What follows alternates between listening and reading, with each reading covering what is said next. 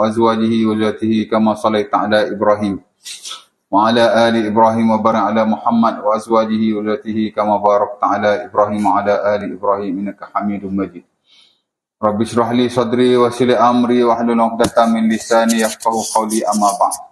Syukur kepada Allah Subhanahu wa taala kerana pada malam ini sekali lagi dapat sama-sama kita berkumpul bersama kita. Dan akan sambung perkongsian kita yang telah lalu daripada fiqhun munakahah atau fiqhu al-usrah. Tentang fiqh kekeluargaan khusus tentang munakahah lah ya. Di mana daripada buku Syekh Ahmad Sarawak itu kita telah baca beberapa perkara yang terawal yang termasuk dalam pendahuluan fiqh berkenaan. Itulah berkisah tentang kepentingan al-munakahah, perkahwinan ataupun berpasang-pasangan. Ya. Kemudian kita dah bincang juga tentang ahkamun nikah, hukum hakam pernikahan, di mana asalnya adalah sunnah mandubah, yakni amat-amat digalakkan dalam syarak. Ya. Bahkan Rasulullah SAW melarang orang-orang yang tidak berkahwin, semata-mata untuk perkara yang lain. Kalau dia tak nak kahwin, memang dia tak nak kahwin, tak apa. Ya, lelaki baik, perempuan baik. Tapi kalau ada kepercayaan-kepercayaan tertentu, pegangan-pegangan tertentu, mungkin dia ingat kahwin ini tidak afdal. Ataupun mungkin dia ingat beribadah lebih baik daripada berkahwin kerana akan sibuk dengan keluarga dan seumpamanya, di mana ia tidak pernah sama sekali. Dan ia termasuk dalam sunnah Rasulullah SAW dan para anbiya yang terdahulu. Dan Nabi melarangnya. Ya. Ana atqakum lillah wa akhsyakum lillah walakin atazawwajun nisa. Aku orang yang paling bertakwa kepada Allah dan paling dekat kepada Allah dan takut kepadanya, tapi aku masih kahwin. Ya, itu antara poin-poin lah ya. Di samping ada hukum yang lain lah. Hukum asal dia sunnah, digalakkan, amat-amat dituntut dalam agama, tapi kadang-kadang boleh jadi juga berlaku hukum yang lain disebabkan perkara-perkara yang berlaku. Ada kalanya wajib, saya dah jelaskan dulu ya. Ada kalanya makruh, ada kalanya harus ya. Dan ada kalanya haram ya. Baik, malam ni kita nak pergi kepada yang ketiga sebenarnya daripada buku itu. Saya pun tak bawa buku itu dalam phone. Tapi tak apa. Tajuk yang ketiga dibawa oleh Syekh Ahmad Sarawak seperti mana juga dalam buku-buku fiqh yang lain. Sebab ulama kita ni tuan-tuan, kebiasaannya tartibul abwab, the sequence of the chapters, kebiasaan sama saja. Ya, mula-mula bincang definisi pernikahan, kepentingan pernikahan, hukum hakam pernikahan. Kemudian after that dia akan masuk satu bab yang amat penting juga, itulah ikhtiaru az-zawjain. Bab pilih pasangan, isteri dan suami ataupun suami dan isteri, ya. Maksudnya untuk berkeluarga, of course lah kita kena cari isteri bagi lelaki lah. Dan wanita juga nak kena cari suami. Jadi apakah kriteria untuk pasangan berkenaan? Kalau lelaki, isterinya. Kalau wanita, suaminya. Di mana adalah hadis-hadis tertentu yang Nabi ajar bagaimana kita memilih pasangan. Lepas tu bab memilih pasangan. Ikhtiaru az-zawjain. Ikhtiar ni makna pilih lah. Ya. Kalau bahasa Melayu, ikhtiar makna berusaha. Betul tak? Berusaha. Saya tak tahulah betul ke tidak. Tapi kalau dalam bahasa Arab, ikhtiar ni maksud dia pilih. Pilih. Daripada perkataan ikhtaro, yakhtaru, ikhtiaran. Ikhtiar ni makna pilih. Ya. Kadang-kadang makna sukarela, ikhtiar juga. Tapi kalau berusaha, nak tak pasti ya. Ada tak perkataan ikhtiar dalam bahasa Arab digunakan untuk memaksudkan usaha dalam bahasa Melayu. Allah Ta'ala alam. Rasa macam tak ada je. Baik. Sebab itu dalam bahasa Arab, kalau orang yang memilih dipanggil mukhtar. Kalau orang yang sukarela dipanggil mukhtar. Ya. Macam kita belajar muamalat kan, antara syarat jual beli ialah mukhtar. Mukhtar ni makna dia rela lah, dia volunteer. Itu makna mukhtar ya. Di mana tidak boleh ada paksaan sama sekali ya.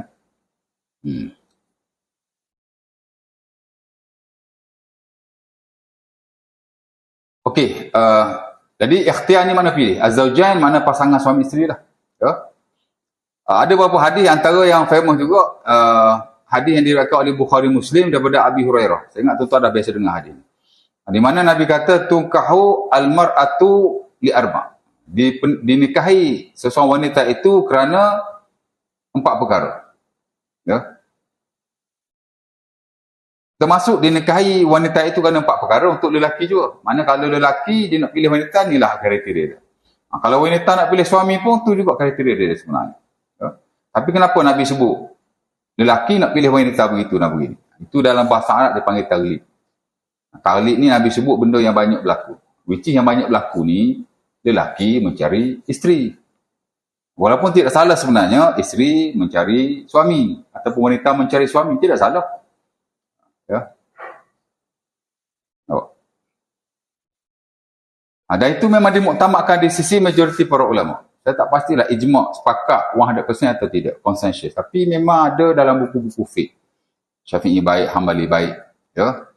Apa yang disebut sebagai wanita boleh present diri dia untuk lelaki yang dia suka jika menepati ciri-ciri yang dituntut dalam syarak. Pasal apa tuan-tuan? Pasal Nabi SAW sendiri pernah ditawarkan diri oleh wanita. Ya. Itu diriwayatkan secara sahih dan Sahih Bukhari, Sahih Muslim. Tuan-tuan pernah dengar tak? Lelaki tu nak kahwin, dia miskin. Nabi suruh dia cari cincin walaupun daripada besi. Apa kita tak pernah dengar? Ya, dia nak kahwin. Nabi kata, apa yang kau ada? Dia kata, aku tak ada apa. Lain saliman.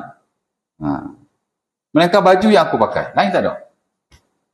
Maka Nabi kata, idhab waltamis syai'an. Mubalik, mu cari sesuatu.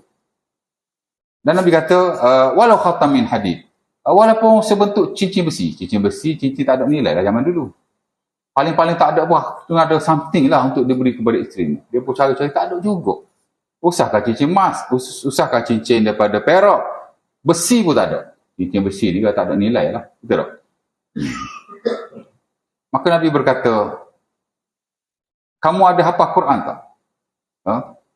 Aqra'ta minal Qur'ani syai'an, ataupun ahfizta minal Qur'ani syai'an, ataupun hal taqra' minal Qur'ani syai'an.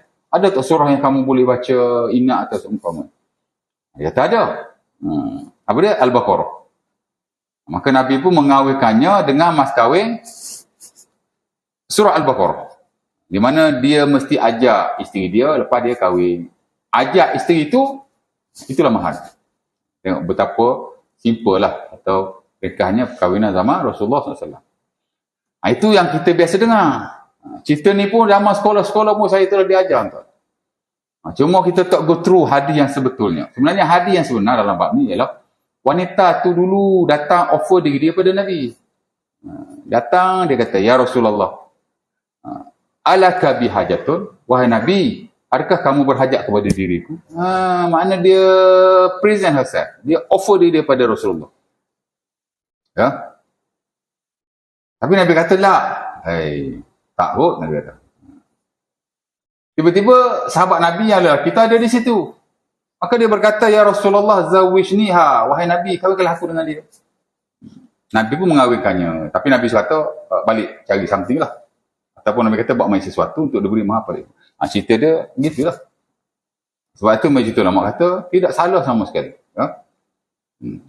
Jika wanita itu mencari suami. Kalau Melayu, pergi mencari timbul. Ya, tidak kena dengan adat ketatasusiliaan Melayu. Tak kena adat kita dah. Tapi syarak tidak melarang sama sekali. Bahkan dalam setengah sekadar digalakkan tuan lah. Habis itu dah tunggu. Lelaki tak masuk-masuk. Tak masuk-masuk. Dia cari sendiri ya. Boleh aja. Tak ada larangan sama sekali. Ya, kalau syarak benarkan, adat tak benarkan. Kita nak ikut mana? Ikut syarak lah, nak malu apa? Ya. Setengah daripada kita ni, benda yang tidak dilarang syarak, kita malu kerana menyalahi adat. Tapi kalau benda menyalahi adat, tapi kalau benda menyalahi syarak, sekalipun adat orang tengok, relax aja. Kita tak malu pula. Ya. Tak. Anak buat contoh daripada dulu lagi, senang aja. Sebab kita pun ada keluarga, kita ada jiran-jiran, kita pun hidup bukannya 10-20 tahun. Anak pun umur dah 46. Kita ada kawan-kawan ramai kan. Kalau anak perempuan kita keluar dengan Bukan tunang lagi pun, dengan boyfriend aja, pak ua, kita tak malu. Tapi kalau nak kahwin simple-simple, malu pula. Betul tak, Ji? Which is, perlu ubahlah cara berkenaan, ataupun kita kata sikap itu. Memang perlu diubah sama sekali. Dan saya personally, ramai saya nasihat. Buat majlis kahwin simple-simple, sudahlah, tak payah nak gering-gering sangat. Saya ni kalau buat simple-simple, malu, tak? Malu apa? Sebenarnya semakin ringkas majlis itu, semakin diberkati Allah sebenarnya. Tapi nak buat besar pun tidak salah. Asal kita ikut kata cara. Ala kuliah boleh ya. Dan digalakkan juga tuan-tuan, digalakkan juga waliyu al-mar'ah, wali kepada wanita itu. Kalau anak bapak dia, kalau bapak dia tak ada, datuk dia lah. Ya tak? Kalau bapak dia tak ada, boleh jadi abang dia. Yalah, mak kita tak ada, bapak kita tak ada. Kadang-kadang adik perempuan kita duduk dengan kita. Jadi kita wali dia lah tu. Kemarin pun saya menghadiri perkahwinan adik ipar saya yang paling bongsu. Abang dia yang kahwin kan, pasal bapak dah mati. Wali lah tu tuan. Boleh cari calon untuk wanita yang di bawahnya. Kalau bapak, anak dia lah. Kalau bapak dia tak ada, boleh ada adik-adik dia, bapak saudara dia. Cari tuan. Boleh saja. Kalau kita tak cari pun, kita pandulah sikit, nasihatlah sikit, jangan duduk lepas gitu. Tahulah zaman sekarang, masing-masing mencari pasangan masing-masing. Tapi jangan kita biarkan begitu saja.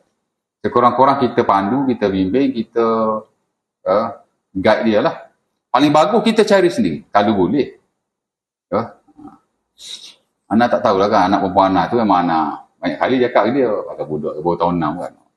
Cakap senang esok-esok kahwin babi yang cari tau. Jangan nak cari sendiri. Kita tahu dia boleh ikut dia tak. Kita boleh cakap macam tu, anak kecil lagi.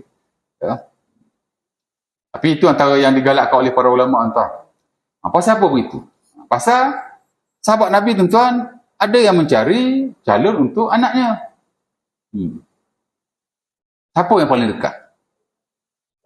Contoh yang paling maklumlah dalam buku-buku fiqh. Mungkin ada beberapa contoh, tapi hak paling banyak dinukil, diriwayatkan, dikisahkan. Bahkan ada dalam buku-buku sunan yang sahih seperti Sahih Bukhari, Sahih Muslim. Umar Al-Khattab kan. Tak kala anaknya kematian suami. Siapa nama adik dia? Hafsah. Siapa nama anak dia? Hafsah. Di mana bila Hafsah meninggal, dia mencari-cari suami untuk anaknya itu. Janda lah ni. Tapi dia tak cari orang ikut tak cari ikut dan. Dia mencari sahabat dia yang bagus sekali. Mula-mula Osman bin Affan. Dikatakan masa tu Osman tak ada isteri lagi, dah bujang lagi. Dia pun tanya Osman bin Affan, nak tak kepada Hafsah? Kalau kamu nak, aku kahwinkan kamu dengan dia. Lama ta'ayyamat Hafsah ata Umar Osman fa'aradaha alaihi. Cerita begitulah. Hafsah mati suami, lalu Umar offer anak dia itu pada Osman. Saya guna istilah offer lah, saya tak tahu nak terjemah macam mana. Aradaha alaih maknanya he presented her to him. Aradah ni makna present, mempersembahkan. Lebih kurang tu kan. Saya Allah Alam lah, saya biasa saya tak bergantung pada terjemah orang, pasal saya boleh terjemah sendiri. Saya boleh jadi certified translator tuan. Member saya dulu pun ramai jadi translator. Pasal jurusan saya yang sebenar bahasa Arab dulu. Majornya minor je syariah ni. Cuma saya buat master syariah, jadi syariah tu agak strong lah. Tapi ada syarikat tuan-tuan nak ambil saya syariah advisor, tapi tak boleh pasal saya punya perusahaan tak strong. Saya bukan pure syariah lah. Sebab dia melihat kepada degree. Bagi saya, degree ni, dulu kita belajar tuan. Belajar nak lulus periksa je. Nak skor. Kita hanya ulang kaji modul aja. Jadi Jadi kalau lihat degree bagi saya tak apa ni sangat. Saya degree kita tak belajar bersungguh-sungguh pun. Kita belajar nak lulus PSO dan nak score. That's it. Tak ada lah kita nak study buku banyak-banyak, tak ada. Dia berbeza belajar masa master. Belajar masa master kita bukan nak score. Kita nak ilmu sebanyak-banyak. Dan kita kena banyak membaca, merujuk. Sebab master ni dia tak ada satu sukatan yang khas. Sukatan tu ada lah. Tapi kita tak bergantung kepada modul semata-mata. Kita kena banyak baca apa itu. Ya. Tapi kalau degree, mana lecturer ajar, modul yang ada, buku yang lecturer gunakan, yang tu je. Macam kita tahu. Soalan dia tak lari. Kadang kita spot. Tajuk ni keluar PSO. Tajuk ni keluar PSO. Kita duduk study satu. Bukan sekolah pun macam tu juga. Sekolah macam tu juga. Degree lebih kurang tuan. Tapi kalau master, PhD, cara belajar kita lain. Lepas tu, bagi anak tak apa nak ni sangat. Tapi dia nak tengok degree. Dia minta urus sana, anak bagi. Ustaz degree bahasa Arab. Dia kata memang saya degree bahasa Arab. Minor saya syariah. Tapi saya kata saya ada master syariah tu. Dia complete dah tu. Kata kita nak tengok yang syariah. Sebab dia ikut panduan JAKIM. Panduan JAKIM untuk jadi penasihat syariah mesti degree syariah lah. Which is kata-kata tak setuju lah macam saya. Kawan-kawan saya tak setuju sangat lah. Dia kata nak tahu kita ni ada kebolehan atau tidak. Panggil lah TV buat soal jawab je tak. Tengok macam mana kan. Memang penting juga. Urusan rasmi ni penting. Ada orang tuan-tuan dia boleh cakap agama dengan bagus. Hatta dia buat perkongsian-perkongsian di YouTube. Kata belakang rasmi tak ada. Malah dalam semua keadaan dia lebih baik daripada orang yang ada latar belakang agama. Disiplin dia tu. Dia tak lari lah dari fakta-fakta yang ada. Ya. Kalau kita dalam apa hal pun ilmu ni fakta. Awak tak ada latar belakang rasmi pun kalau fakta awak bagus mesti diterima. Betul tak? Dia kena faham benda-benda macam tu. Okey, apa kata Osman? Osman kata Sa'azu fi amri. I will look myself into the matters. Nantilah bagi saya masa saya tengok dulu. Ya. Falabis tu layali. Aku pun tunggu beberapa hari. Tunggu tuan. Umar ni dia nuk sahabat-sahabat dia yang baik-baik, yang soleh-soleh, yang berilmu, yang rapat dengan Nabi. Akhlak baik kan? Ya. Lepas tu dia cari Osman balik, dia tanya balik. Macam mana ni? Osman pun jawab kat dia. Qad badali alla atazawwaju yaumi hadza. Aku fikirlah ataupun aku rasa aku tak nak kahwin lagi lah. Tapi dia tidak berputus asa tuan. Abu Bakar berjumpa pula dengan tapi Omar tak berputus asa. Dia pergi jumpa pula siapa tahu? Agak-agak. Tuan-tuan tak pernah dengar cerita ni. Jarang didedahkan. Dalam buku fiqh pun sebenarnya ialah sebahagian ada menukilkan cerita itu dan sebagainya tidak. Tapi kata-kata saya baca ada juga cerita. Tapi very famous malah. Kalau dalam buku hadis dia amat masyhur sekali kisah. Okey. Dia pergi jumpa Abu Bakar. Sedangkan Abu Bakar telah mempunyai isteri. Sebab itu ulama besar kita Al-Imam Ibn Hajar Al-Asqalani, one of our top scholars lah. Dia komentar dalam buku syarah hadis beliau Fathul Bari. Fathul Bari ni antara buku syarah Sahih Bukhari yang paling terkenal sekali on the planet. Syarah Sahih Bukhari banyak. Tapi sekiranya yang paling mendapat perhatian, dipelajari, dirujuk dulu sekarang, buku dia lah Fathul Bari. Bukan Datuk Fathul Bari tu. Ini buku nama dia Fathul Bari Syarah Sahih Al-Bukhari. Dia komentar dalam tu, saya baca dia kata dengan hadis ini tidak menjadi kesalahan kepada wali-wali wanita itu untuk mempersembahkan ataupun menawarkan orang-orang wanita di bawahnya, anaknya dan sebagainya kepada orang yang telah berkahwin. Kerana Abu Bakar pada waktu itu telah pun berkahwin. Tidak menjadi kesalahan lah. Ya. Nombor dua lah dia kata. Janji anak menantu aku orang yang baik. Ya. Semua orang dia tak nak. Yalah. Cari menantu yang bujang lah. Dia pun jumpa Abu Bakar. Dia pun sebut atau bagi tahu benda yang sama. Dia kata, ya Abu Bakrin, lau syi'ta zawajtuka Hafsah. Dia kata, wahai Abu Bakar, kalau kamu mahu, aku akan kahwinkan kamu dengan Hafsah. Ya. Pasal kata Abu Bakar, walam yakul syai'an. Terdiam Abu Bakar. Dia tak sebut apa-apa, diam aja. Ya. Menyebabkan Umar macam ambil hati sikit. Ya. Kemudian beredarlah kedua-duanya. Tak lama selepas itu, summa khatabaha Rasulullah sallallahu alaihi wasallam. Tiba-tiba Rasulullah pergi pinang Hafsah. Ya. Bila Rasulullah pinang Hafsah, Umar menerimanya, lalu dikahwinkanlah kedua-duanya. Abu Bakar dia nak ambil hati Umar balik lah. Dia jumpa Umar, dia kata apa? Dia kata sebenarnya aku bukan tak nak ke Hafsah. Aku tahu kau ambil hati padaku. La'allaka wajadta alayya. Ya. Boleh jadi kamu ambil hati kepada aku. Bi'annani lam arji' fika syai'an. Kerana aku tak jawab masamu, ya, offer ataupun flower Hafsah untuk. Maka Abu Bakar kata, sebenarnya qad zakaraha Rasulullah sallallahu alaihi wasallam. Aku pernah dengar Nabi sebut dia nak kahwin dengan Hafsah atau nak pinang Hafsah. Jadi aku senyap.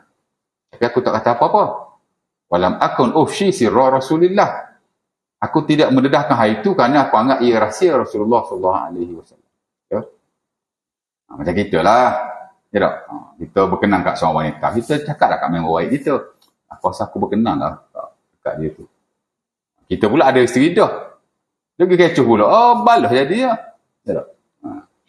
Bahkan kalau orang bujang sekalipun, kita simpan lah. Kerana bila seseorang itu memberitahu akan hasratnya kepada kita. Ya, apa-apalah. Sebaik-baiknya kita tidak dedahkanlah kalau tidak ada apa-apa keperluan dan kemaslahatan. Dia sebenarnya orang cerita benda kat kita. Of course kalau dia mengadu atau sumpah, itu amanah. Kita kena simpan. Jadi dalam bab ni, Abu Bakar tak bagi tahu Umar. Rasulullah nak, dia diamkan dulu. Takut tak jadi ke macam mana. Tapi dia berkata pada Umar, kalaulah Rasulullah SAW tidak menyebut hal itu kepadaku, nescaya aku boleh kahwin dengan Hafsah. Mana dia nak jugalah. Mana kalau masa Umar offer ke dia tu, dia terima. Tapi sebab dia pernah dengar Rasulullah sebut sesuatu tentang Hafsah, mana Rasulullah nak pinang, nak kahwin dan seumpama. Ya. Cerita dia balik pada yang tadi, begitulah cerita dia. Ya. Pilih tu. Kenapa Nabi sebut lelaki mesti memilih wanita sekian-sekian kriteria dia? Pasal apa? Pasal benda ni benda yang lazim, benda adat, benda kebiasaan. Walaupun boleh saja wanita mencari calon suami. Boleh saja wali mencari calon-calon untuk anaknya, adiknya dan sebagainya. Ini dalam bahasa Arab tuan-tuan dipanggil taglib. Ya. Dalam Quran dan hadis Nabi SAW banyak perintah kepada lelaki. Tapi sebahagian besar perintah-perintah ke atas lelaki merangkumi wanita. Dan begitu juga perintah Nabi kepada wanita. Sebahagian perkara ia juga merangkumi lelaki. Ya. Melainkan perkara-perkara yang dikhususkan kepada kedua-duanya. Ya. Macam Nabi larang bila semayang, ikat rambut. Dilarang. Belajar dalam makruhatus solat, unpreferable in prayer, ada salah satu ialah kafus syair, ikat rambut. Tahulah rambut panjang, tapi lelaki jangan panjang sangat ya. Sepanjang rambut lelaki yang diharuskanlah hanya sampai bahu saja. Kalau lebih pada bahu, makruh. Walau sebahagian mengatakan harus, tapi sebahagian kata makruh. Ya. Dan kalau panjang sangat sampai ke punggung, dia boleh tasyabuh kepada wanita, maka sebagai ulama mengharamkannya walaupun segitu memakruhkan saja. Ala kulli hal, kalau setakat bahu okey. Sebab rambut Nabi ada kalanya di para telinga. Ya. Dipanggil jumah tak silap saya. Ada kalanya di para bahu yang disebut sebagai lumah ke limah ke lamah macam itulah. Apa tak ingat. Tapi dia dua bentuk rambut Nabi lah. Ada kalanya di para telinga, ada kalanya para bahu. Jadi within the range, it is okay lah. Ya. Andai kata rambut panjang lah, bab pendek mungkin tak ada isu. Kalau panjang sampai ke bahu kan, Diikat. Kita pun ada sahabat yang ikat rambut dia sampai bahu, diikat. Ya. Tapi sahabat tu bagus. Sahabat saya juga ni. Waktu sembahyang dia tak ikat. Tapi waktu lain dia ikat lah. Tak salah tuan. Lelaki ikat rambut tak salah. Kalau rambut dia perlu kepada ikat lah. Sementara kalau rambut dia panjang sampai kepada bahu. Sebab Rasulullah SAW sendiri pun mengikat rambutnya. Cuma time sembahyang tak boleh. Makruh menurut majoriti. Ya. Dan Nabi larang. Nabi kata tak boleh ikat. Hadis Ibn Abbas. Ya, dia akan dalam Sunan Abi Daud tak silap saya. Tapi very famous malah kita belajar apa-apa makruh sembahyang kan. Tapi untuk lelaki saja, wanita tidak makruh. Pasal apa wanita tidak makruh? Pasal ikat-ikat rambut ni, memang wanita ikat rambut. Lelaki dia tak ikat rambut. Ya. Jadi tak dibenarkanlah. Nak cerita, itu khusus untuk lelaki. Larangan tu khusus untuk lelaki. Wanita tak termasuk. Adalah certain keadaan, dia khusus untuk lelaki. Certain keadaan, dia specific or special for the woman. Tapi, most of all, nanah agama merangkumi perintah, larangan dan seumpamanya, dia diguna pakai kepada kedua-duanya. Tapi, banyak Nabi sebut lelaki. Itu taglid lah. Taglid ni makna kebiasaan. Ya? Baik. Okey. Apa kriteria disebut oleh lelaki? Tungkahul mar'atu li arba'. Dinikahi wanita itu kerana 4 perkara. Ya? Lelaki pun samalah. Pertama Nabi kata 5 liha. Kerana hartanya. Lelaki kahwin tu kerana wanita itu wanita yang berharta. Kaya atau sama juga wanita. Dia kahwin dengan lelaki itu kerana lelaki itu berharta, kaya and so on. Dengan sebab harta lah. Satu sebab. One of the criteria. Boleh tak? Boleh lah pasal Nabi sebut. Yang kedua Nabi kata wali hasabiha. Dan juga kerana keturunannya, kebangsawanannya. Ataupun dia ada kelebihan-kelebihan tertentu. Mungkin dari sudut kekeluargaannya. Mungkin dari sudut masyarakat dia yang bagus. Dari sudut itulah. Hasab ni makna dia punya, kalau kita kata titih. Titih ni makna dia punya susu galu yang baik lah. Ya, kalau zaman Rasulullah, orang Quraisy lah. Ya, orang Arab ada banyak kabilahan. Kabilah Quraisy antara kabilah yang paling mulia lah. Jadi baguslah Quraisy tu. Dan Nabi memuji Quraisy dalam banyak hal. Ya.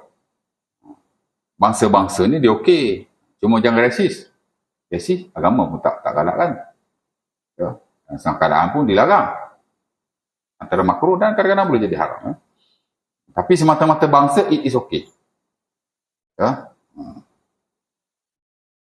Jadi, kerana inilah keturunan dan susu galuh yang baik. Ya. Kemudian yang ketiga, Nabi kata 5 liha, kerana hartanya. Nabi kata yang ketiga, dan yang ketiga Nabi kata li jamaliha, dan kerana rupa parasnya cantik. Kalau lelaki tetap mengenai cantik, tak mengenai syegak lah. Perempuan ni dia nak kahwin dengan lelaki yang badan taf, sado. Okey, tak salah. Ya tak? Kalau perempuan lah. Kalau lelaki pula dia nak perempuan yang cantik lah rupa parasnya, tubuh badannya. Okey, tak ada masalah. Dan itu one of the criteria. Dan yang keempat Nabi kata walidiniha, dan kerana agamanya. Ada 4 kan? Ini kriteria utama lah. Hartanya, keturunannya, apa tadi? Kecantikannya dan kerana keagamaan. Ya. Mana orang soleh lah. Kalau perempuan soleh lah. Jadi 4 ni ada kriteria di situ. Kemudian Nabi memberitahu akan keafdalannya, afdaliyahnya. Tak salah nak pilih mana-mana pun. Tapi yang the best. Nabi kata fadfar bidzatiddin, maka pilihlah yang beragama, taribat yadak, maka akan senanglah tanganmu. Ya. Jadi Nabi sebut kriteria-kriteria tertentu. At the end Nabi bagi bagi saranan lah yang sebaik-baiknya agama. Ya. Sebab itu Imam Ahmad rahimahullah dia galakkan bila kita nak cek kriteria seseorang wanita kalau dia lelaki. Kriteria seorang lelaki kalau dia wanita. Ya. Jangan pilih agama dulu. Hak lain tu ujung. Sebab nanti agama dia baik. Harta dia okey lah. Tak adalah miskin sangat. Keturunan dia pun bagus. Tiba-tiba dia tak cantik. Maka dia menolaknya. Maka penolakannya di atas rupa parasnya, itu amat tidak digalakkan sekali. Jadi ujung agama. Rupa, cantik. Tik pun so. Keturunan apa semua okey, tik so. Contohlah, pas. Harta pun okey lah, ada profession dan seumpamanya. Agama, sepakat, tolong. Jadi, biar penolakan tu di atas dasar agama. Sebab itu agama, Nabi pun sebut ujung. Pilih hak lain dulu, at the end pilih agama. Biar kita tolak di atas dasar agama. Jangan agama okey, lalah dia pilih kerana tidak cantik dan seumpamanya. Jadi tidak baiklah di situ. Ya? Jadi Nabi susung tu comel tu. Biar pilihan terakhir kita agama. Dalam banyak-banyak kriteria. Jangan agama pilihan terawal. Kalau dia tolak lah, kalau dia terima tak apa. Saya terima asal dia baik. Macam mana keadaan sekalipun. Dia tak cantik pun tak apa. Janji dia agama itu tak apa. Ya tak? Ini dia pilih agama dulu. Agama pas. Tiba-tiba dengan sebab rupa parah dia tidak cantik atau seumpamanya, kita tolak. Jadi penolakan di atas rupa parah itu tidak digalakkan. Ala-kulai pak ni kriteria dia. Yang terbaik. Di samping ada banyak lagi kriteria yang lain. Saya ingat ada 5-6 lah kriteria yang Nabi sebut. Besok ada. Tapi hadis ni ada 4 kriteria, ada 4 ciri. Kau tahu artinya, keturunannya, kecantikannya dan agama. Okey, dalam nas yang lain tuan-tuan, ada seorang lelaki. Jadi dia akan dalam sunnah Abi Daud daripada Abi Hurairah, anak tak ingat sanad hadis. Tapi cerita ni juga ada dimuatkan dalam buku-buku fiqh yang kita baca dan rujuk lah ya. Di mana ada seorang lelaki berjumpa Rasulullah SAW. Ya. Dia kata, ya Rasulullah, inni asabtu imra'atan zata jamalin ghaira annaha la tali. Wahai Rasulullah, aku ada seorang wanita yang aku nak kahwin. Cantik rupa parasnya. Tapi satu masalah dia. La tali. Dia tidak boleh beranak. AKA mandul. Macam mana sahabat tu tahu dia mandul ya? Anak pun tidak tahu. Pasal hadis tu pun tak sebut. Ulama pun tak faham bab tu. Dia cuma buat mari hadis ni dalam nak bagi tahu kita bahawa antara kriteria yang digalakkan untuk kita pilih pasangan ialah hak ni. Apa dia? Perempuan yang boleh beranak lah. Kalau kita tahu awal dia mandul, bukan tak boleh. Tapi sebaik-baiknya elakkan. Kita kahwin hak boleh beranak. Sebab kita nak zuriat kan? Ya? Betul tak? Jadi dia berkata Nabi gitu. Apa jawab Nabi? Nabi kata, la. Jangan. Summa raja'a. Dia pulang. Summa atahu saniyah. Dia datang kali kedua. Dah cerita benda yang sama. Nabi masih berkata, la. Jangan. Bukan no diskriminasi ni. Ini dalam konteks memilih calon isteri yang terbaik. Ini afdaliyah saja tuan. Tuan kahwin dengan perempuan macam mana pun sah berlaku pernikahan. Dan mungkin dalam sengkaraan ada kepentingan-kepentingan tertentu. Ya tak? Tapi orang nak kahwin ni asal dia nak je. Dah cinta. Perempuan macam mana pun dia ni juga kan. Ya tak? Mana ada pengalaman lah seorang kawan anak ni. Masa dia tunang lah, dia asyik bergaduh aja. Tu yang tunang lama-lama. Dan dia siap kena maki lagi dengan tunang dia tu. Dia kata saya tak nak kahwin dengan dia. Alah, baik balik. Dia main gitu lah. Gaduh. Telefon ke anak. WhatsApp anak. Mengadu. Lepas tu, baik balik. Lalah sampai waktu dia nak kahwin tu. Dia kahwin, anak pergi. Dia faham. Anak beritahu dia. Betul kamu nak kahwin ni. Sebab tak tahulah kan daripada cerita yang dia beritahu anak tu macam perempuan ni tak pernah bagus lah. Sikap dia. Ya. Nak kahwin juga saya rasa macam nak kahwin. Kahwin ya. So lah, tak ada masalah. Tapi lepas kahwin tersesalah kawan tu. Ya. Masihlah mengadu. Tapi jarang-jarang lah kalau dulu asyik mengadu ke anak dia. Jangan kata cepat-cepat lah kahwin. Okey. Apa jawab Nabi? Setelah dia datang kali ketiga, 3 times. Nabi kata, tazawwaju al-walud. Al-walud. fa inni mukassir bikumul umam yaumal qiyamah. Pasal dia berkata Nabi, perempuan ni mandul. Nanti Nabi kata pada dia, kamu kahwinlah dengan wanita yang al-walud, yang mampu melahirkan anak. Al-wadud yang wadud ni yang orang yang banyak kasih sayangnya. Mana perempuan yang bukan jenis cengih lah. Bukan jenis garang lah. Bukan jenis suka maki hamu lah. Dia wadud. Wadud ni kita boleh kata orang lelaki ke perempuan ke. Yang wadud ni daripada perkataan wood. Wood ni mana kasih sayang. Lovely. Loving woman. Loving guy. Macam tu lah situ. Lelaki atau wanita yang ada macam mana? Terjemah? Itu makna wadud. Wadud ni makna yang berkasih sayang. Mana bukan jenis wanita yang keras. Yang tidak berkasih sayang. Ala kuliah Nabi kata walud. Walud ni makna yang boleh beranak lah. Lagi banyak, dia boleh beranak lagi bagus. Dan Nabi berkata ujung tu, inni mukassir bikumul umam yaumul qiyamah. Aku akan berbangga dengan banyaknya umat aku di kalangan kamu pada hari kiamat. Pasal ahli syurga ni tuan-tuan, dia ada 3 saf. 3 saf. Dua saf daripadanya ialah umat Nabi Muhammad SAW. Kita umat yang paling ramai lah.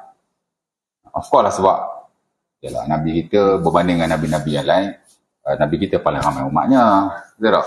Pasal satu Nabi lepas satu Nabi tak adalah beribu-ribu tahun. Ya? Kita yang ke masa itu lama. Bahkan sampai hari kiamat adalah umat Nabi Muhammad SAW. Memang umat Nabi Muhammad ramai. Dan Nabi berbangga dengan hal itu. Dan Nabi tak galak-galak kalau orang tu tak ada mana. Itu salah satu ciri. InsyaAllah Nabi last. Dan ada lagi beberapa ciri yang lain. Yang last saya boleh sebut di sini ialah Al-Bikr. Al-Bikr ni ialah anak dara. Virgin. Yang belum berkahwin. Bukan janda lah. Ya.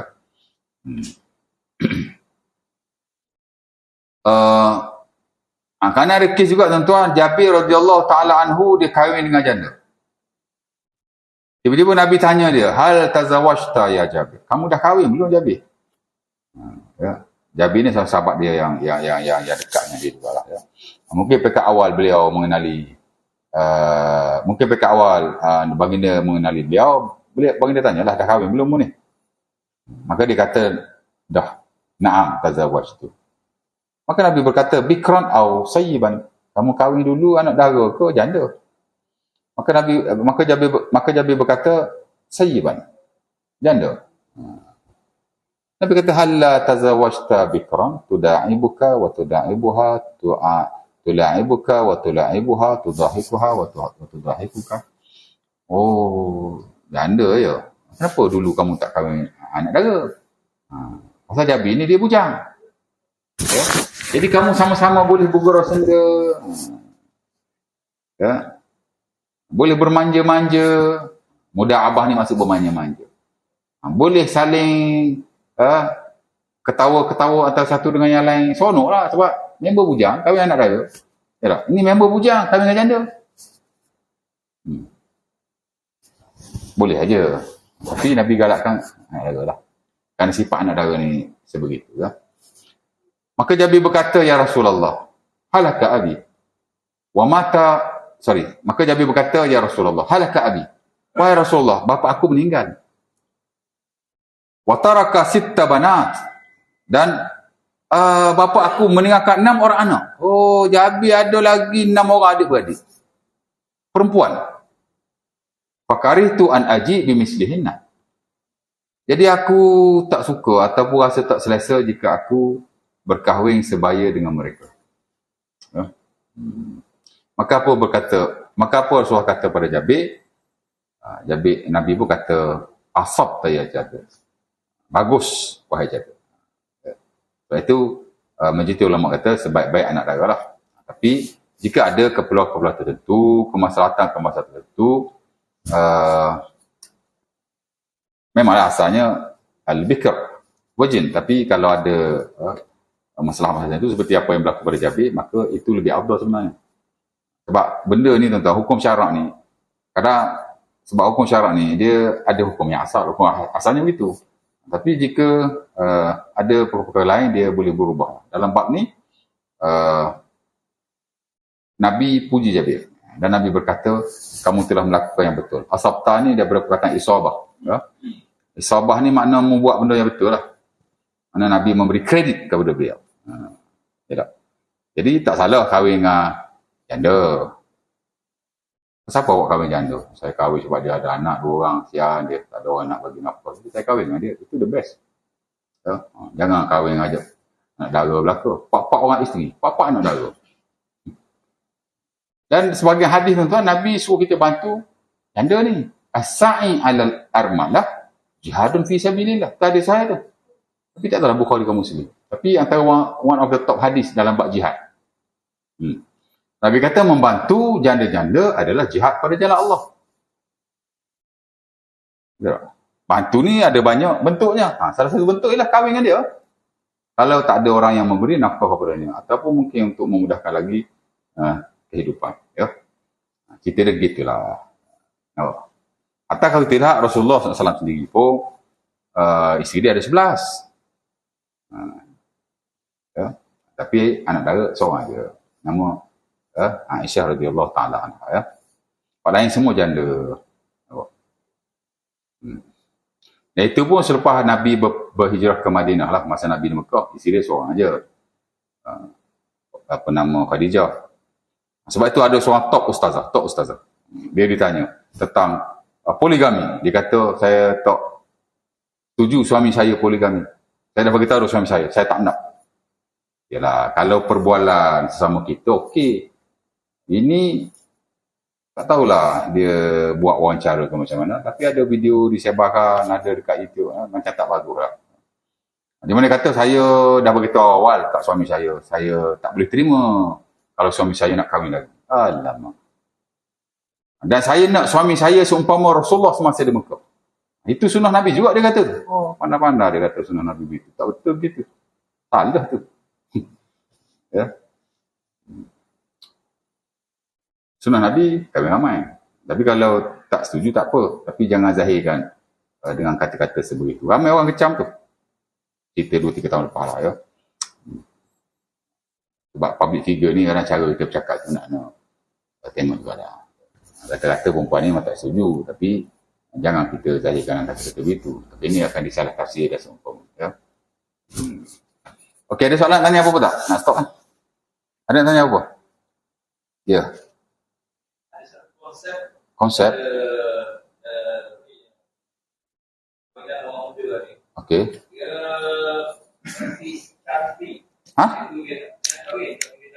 Oh, dia panggil apa tu? Ada last few month ada orang-orang kecoh bab tu sebenarnya.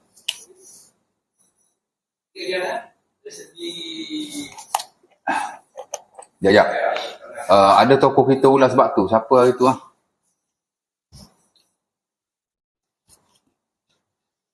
Ana tak ingat. Ana dah baca kat dulu tu. Yang mana kata-kata tak bersetuju lah.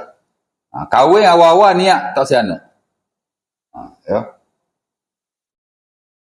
Tak tahulah dia tak nak peringkat awal perkahwinan ke ataupun memang dia tak nak langsung ke. Ana pun tak pasti. Ana tak follow sangat. Tapi ada kecoh juga lah beberapa bulan yang lalu. Dan saya ingat ada juga yang bagi respon. Ada tokoh kita bagi respon. Siapa? Ada pernah baca tu hari. Yang mana dia tetap setuju. Dr. Zul ke siapa? Ya. Sebenarnya dari sudut hukum hakam nikah tu sah. Cuma dia niat begitu. Niat tak siano. Tak tahulah nak cakap macam mana. Terharang payah juga kan. Tapi tidak digalakkan lah. Ya. Sebab tujuan kita kahwin ni untuk selain daripada menghalalkan hubungan suami isteri itu untuk mendapatkan zuriat. Orang punyalah usaha nak dapatkan anak.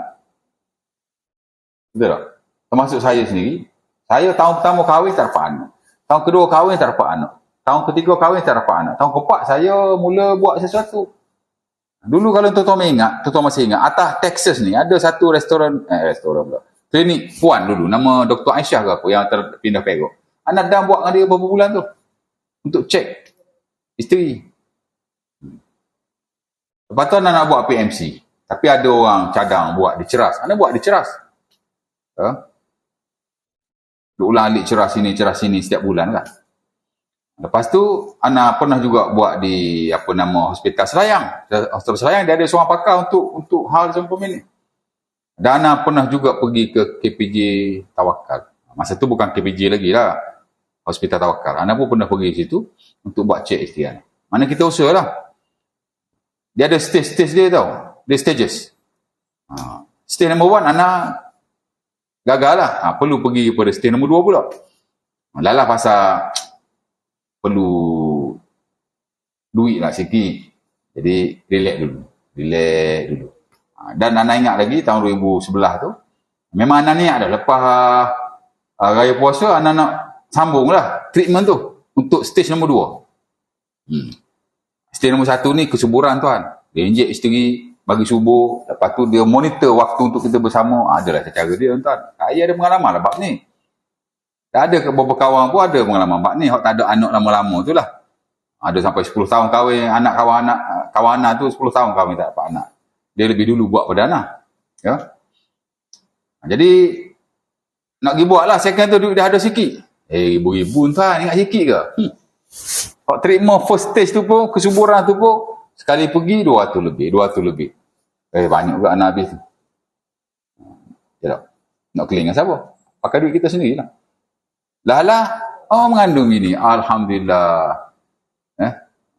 Anak bila mengandung telefon mak ayah anak menangis, telefon adik-beradik menangis. Padahal baru 6 tahun tak dapat anak, bukan 10 tahun, 15 tahun. Ada orang 20 tahun tak dapat anak, relax. Betapa gembiranya kita kerana nak dapat zuriat. Tiba-tiba awak tak nak zuriat pula. Pelik awak ni. Tidak digalakkan lah. Atau amak-amak tidak digalakkan lah. Ya. Saya tak pastilah fatwa majlis agama kita macam mana, mufti-mufti kita. Tapi satu benda yang tak sepatutnya. Ya. Tujuan kahwin ni untuk dapatkan zuriat. Kalau tak dapat dah buat macam mana. Tapi kita masih kena berusaha. Tapi awal-awal lagi cakap begitu. Mungkin dia belum bersedia peringkat awal. Tak apalah, kita kahwin dulu. 2-3 tahun ni. Kita buat perancangan dulu. Betul? After that kita nak anak lah. Okey juga. Ni awal-awal kata gitu dah. Ya? Jadi tak bagus. Itu je lah. InsyaAllah ta'ala, mudah-mudahan setakat ni dulu untuk malam ini. Next ni mungkin kita masuk tajuk yang barulah. Itulah ahkamun nazar, hukum hakam melihat wanita. Ya. Di mana asal melihat wanita itu haram. Nanti saya akan sebutlah dalil-dalilnya. Walau bagaimanapun ada 7 atau 8 keadaan digunakan melihat wanita. Seperti mana dihukumkan oleh para ulama kita based on hadis Nabi sallallahu alaihi wasallam yang ada. Ya. InsyaAllah ta'ala aku lukarazal. Assalamualaikum warahmatullahi wabarakatuh. Kita tangguhkan majlis kita dengan tasbih kafarah.